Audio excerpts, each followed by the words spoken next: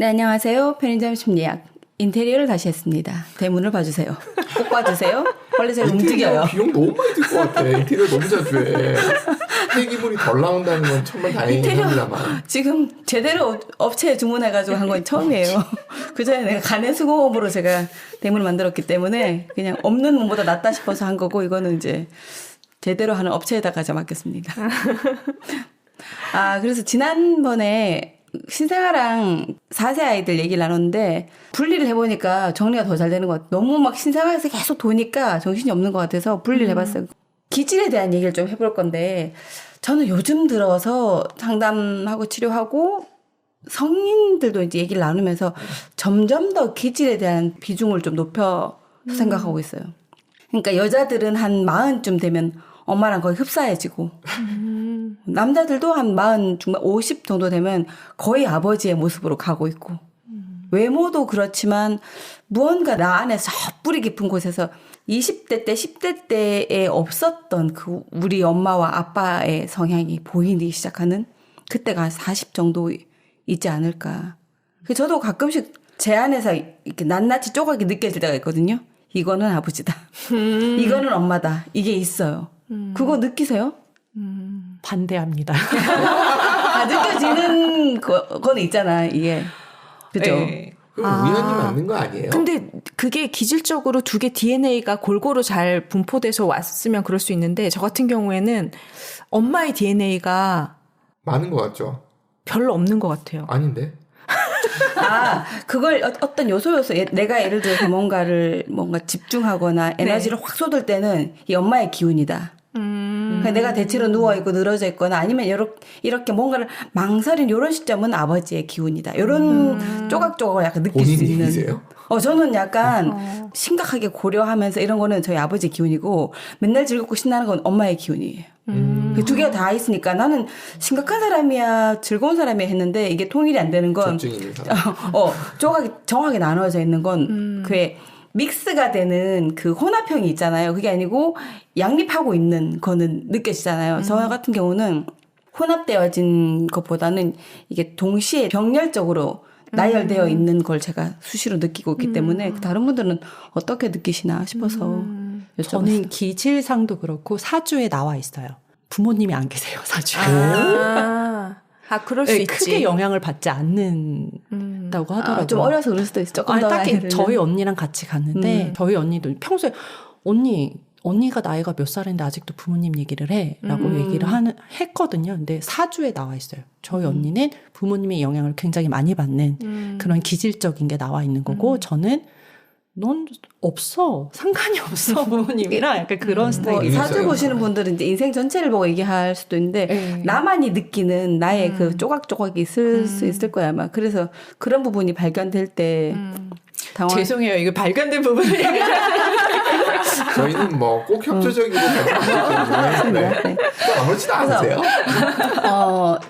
이제 왜 그건 있잖아요. 내 애를 봤는데 내 애한테 나의 내가 어떤 보인다. 면. 이런 네. 거 있잖아요. 근데 그 아이는 자기의 금연이 엄마를 닮았다는 걸 모르다가 그걸 느낄 때쯤이 아마 40, 50대 정도에 느끼겠죠. 근데 모르는 사람 더 많을 거. 저는 이제 이런 걸 염두에 두고 나의 행동을 생각해 보니 이런 부분은 살짝 여기서 온 것 같고, 사실 여기서 온 것 같고, 제가 파악한 부모님이지 부모님 실제 그렇다고 본인들 인정한 건 모르겠고, 제가 본 부모님의 성향인 거죠. 근데 제가 상담을 하니까 까다롭고 예민한 아이가 상담이 주로 많이 오고, 또는 집중 못하고 산만하고 일반적인 행동 패턴보다 좀 더 과하거나 이러거나, 또는 너무 늘어지거나 그 행동 스타일이 좀 다른, 이런 대표적인 두 가지 성향의 아이들이 많이 오고 있거든요. 그중에서 예민하고 불안한 아이를 한번 보려고 이제 양육 방식을 한번 봤어요. 우유보다 내가 아이라는 책을 토대로 해서 그것으로 이제 여러 가지 얘기를 하고 있는데, 그 책에 나와 있는 실험이 있어요. 기질과 양육 방식에 대해서 어떻게 차이가 있느냐. 생후 3, 4개월 정도 되면 아기들이 벌써 기질적인 특성을 보이기 시작해요. 순하고 뭐 잘 먹고 잘 자는 애들 있고, 근데 좀 그때부터 팔다리를 하늘로 이렇게 계속 들고 있는 아이들도 있어요. 계속 움직이면서. 아기들 많이 움직이는 애들 보셨어요? 네, 봤어요. 네.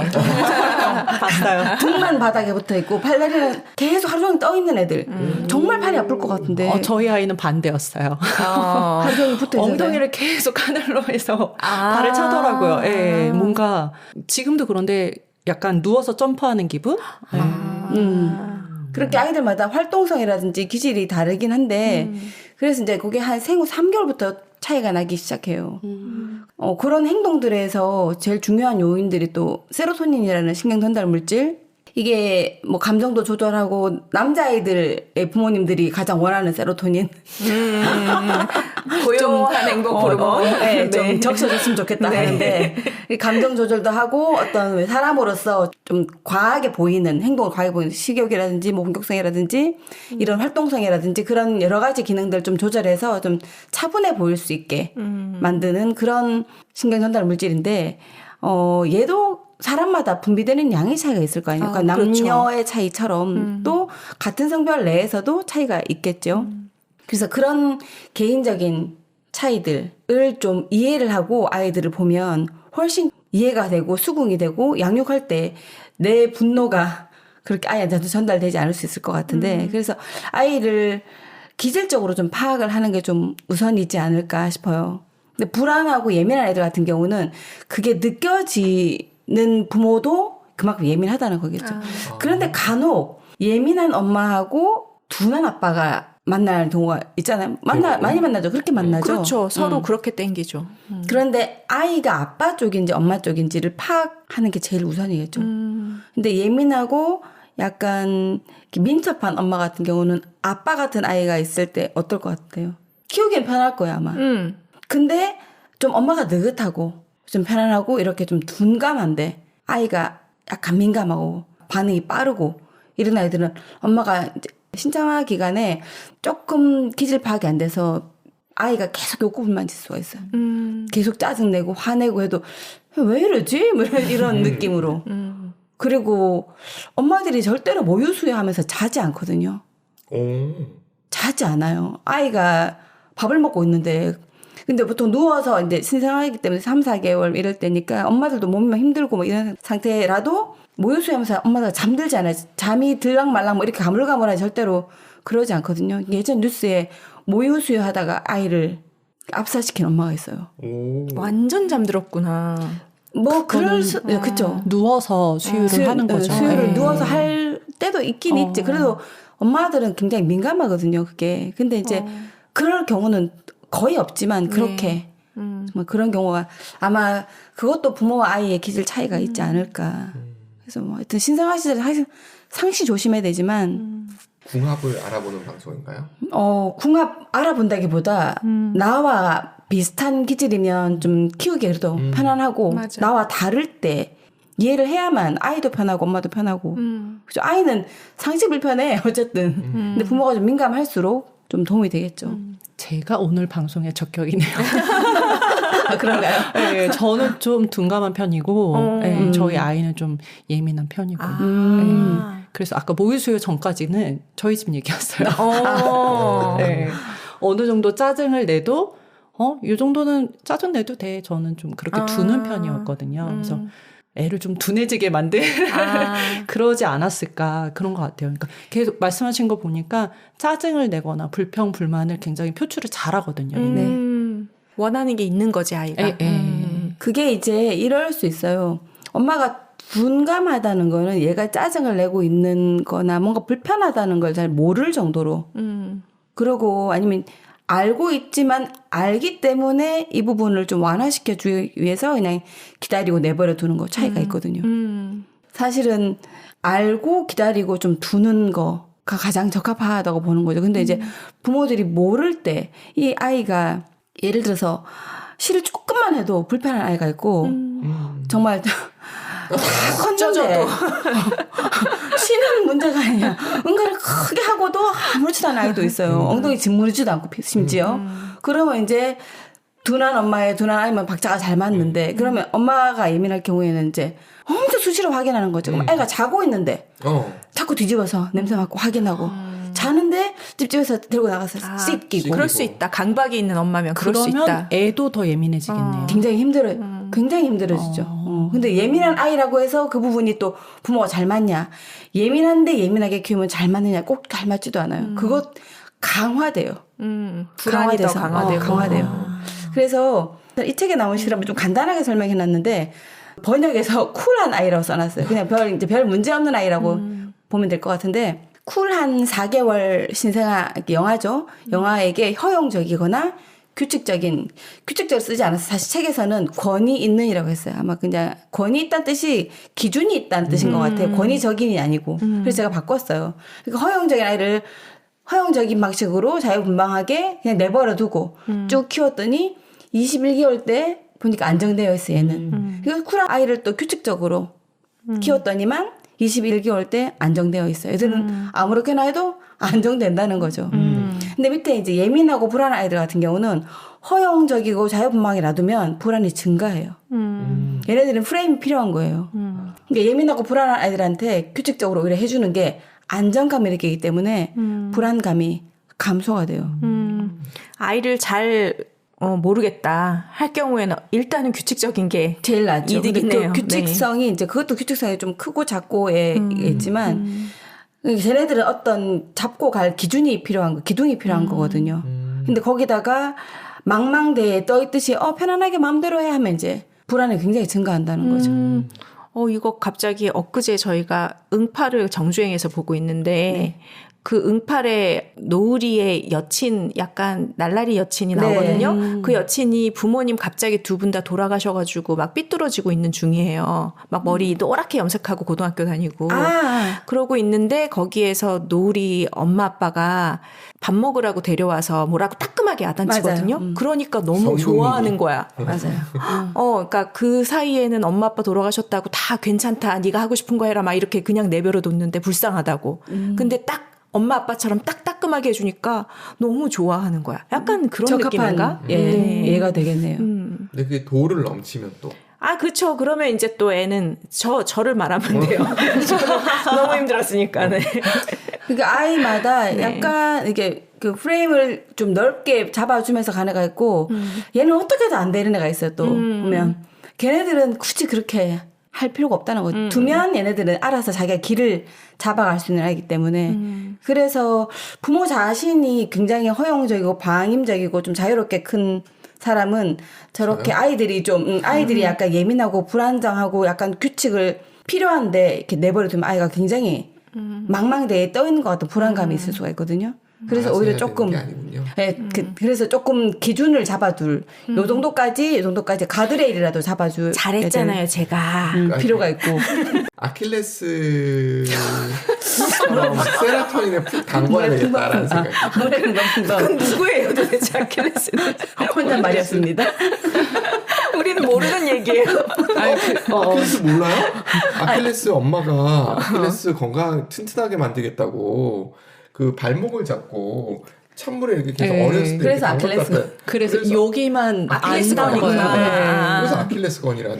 저는 좀 위안이 되는 게 아이가 예민한 아이인데 돌 때부터 계속 어린이집을 보냈고 제가 이제 야근이 잦으면서 오랜 시간 머물렀던 거에 대한 좀 죄책감 아닌 죄책감이 있어요. 어쩔 수 없는 상황이었긴 하지만 조금 더 이제 잘해줄 수 있었을 텐데 뭐 이런 것들이 그런 마음이 좀 있는데 이게 시기적으로 좀 맞았던 게 12개월에서 이제 36개월이긴 하지만 맞벌이를 하다 보니까 어쩔 수 없이 애한테 규칙적으로 할 수밖에 없는 거예요. 맞아요. 예민한 아이지만 이 시간에 자야 되고 엄마는 너랑 같이 잘 수 없는 게 지금 이때 설거지를 하지 않으면 저희는 설거지나 그 빨래나 이걸 할 수 있는 시간이 안 되는 거예요. 그래서 혼자 자야 되는 거고 자장자장 해주고 뭐 그런 규칙들 지금 밥 먹어야 되고 아니면 말고 이런 것들을 어쩔 수 없이 해야 했던 그런 게 있거든요. 근데 이게 그 마지막 줄에 불안 감소라는 게 굉장히 위안이 되네요. 잘 키우셨네요. 애도 예민하게 반응했던 게 이제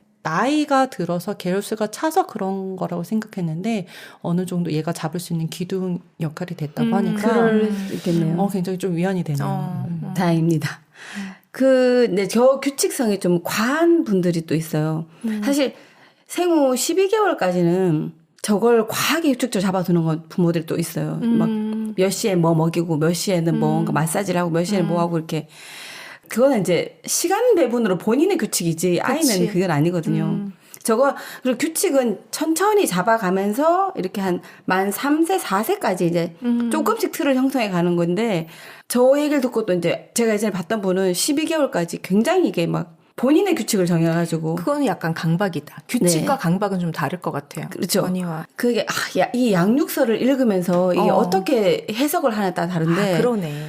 그런 부분을 좀 조심하셔야 될 것 네네. 같아요. 신생아일수록 아이에 맞춰서 유동적으로 움직이면서 세상의 틀을 하나씩 알려주는 거. 이때는 자는 시간이야.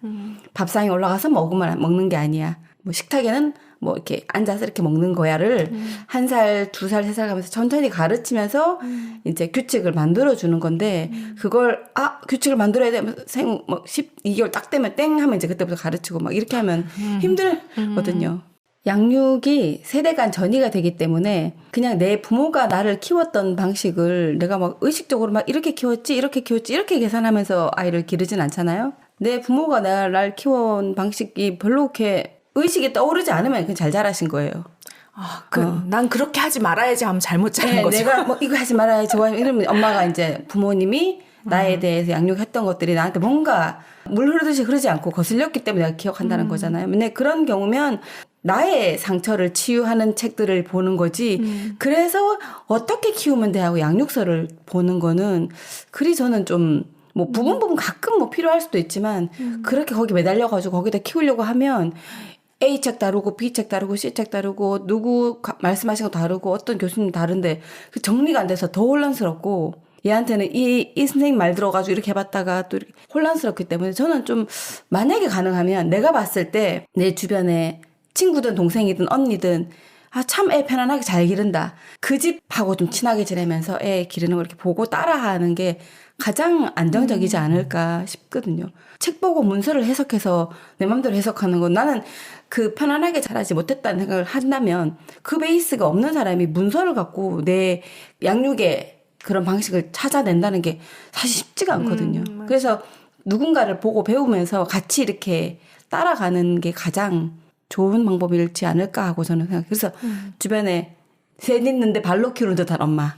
그 부분을 잘 보시면서 저렇게 해도 되나? 저렇게 근데 애들이 좀 잘 자라고 별로 막 그렇게 막 튀지 않고 그냥 무난해. 그럼 그 부분을 딱 모델링 하시는 게 제일 편할 것 같아요. 그리고 다음으로 그래서 이제 얘네들이 이렇게 기질이 다르고 성향이 다른 애들한테 그럼 어떤 놀이가 좋아? 놀이 추천을 딱히 할 게 없죠. 기질이 다르고 성향이 다른데. 근데 그 기질과 성향을 가장 잘 발휘할 수 있는 건 비구조화된 매체, 즉 자연을 갖고 노는 거죠. 레고나 뭐 블럭이라든지 뭐 어떤 동그란 구슬이라든지 이건 다 구조화되어 있기 때문에 한계가 있거든요. 그 특성에 안 맞을 수도 있고.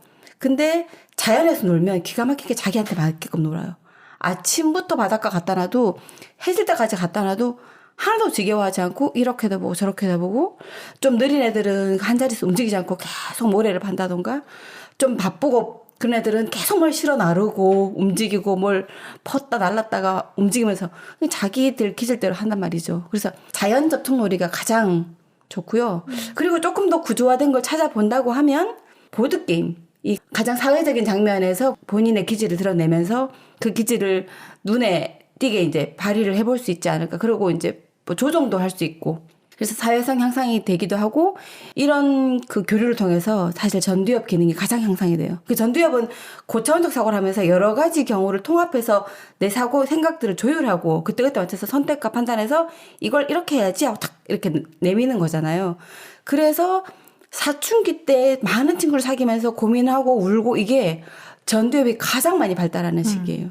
그리고 그 전 시기로 봤을 때는 아이들이 친구라는 개념을 알기 시작한 게 한 5세에서 한 7, 8세가 그 전 아기 때랑 다르잖아. 그 전 아기 때는 옆에 강아지나 사람이나 별 차이 없이 그냥 놀다가 뭐 가면 가나보다 오면 오나보다 하지만 5세부터쯤에는 이제 노는 게 달라지죠. 친구의 개념이 좀 달라지고 그때 한번 전두엽 기능이 조절돼야 되는데 이 전두엽을 아이가 쓰지 않고 엄마의 전두엽을 쓰죠. 얘랑 놀고 얘랑 이렇게 해야 되고 막 이렇게 간섭 해주시면 안 되고 그 복잡한 상황에서 울고불고 하고 뭐 약간 고민을 하더라도 본인들이 해결하면서 더 전두엽을 발달시키고 그리고 사회성이 향상되는 거죠. 그래서 EQ가 발달하게 된답니다. 이렇게 기질에 맞는 또 환경과 뭐 또 양육 방식 그리고 놀이 한번 알아봤습니다. 네.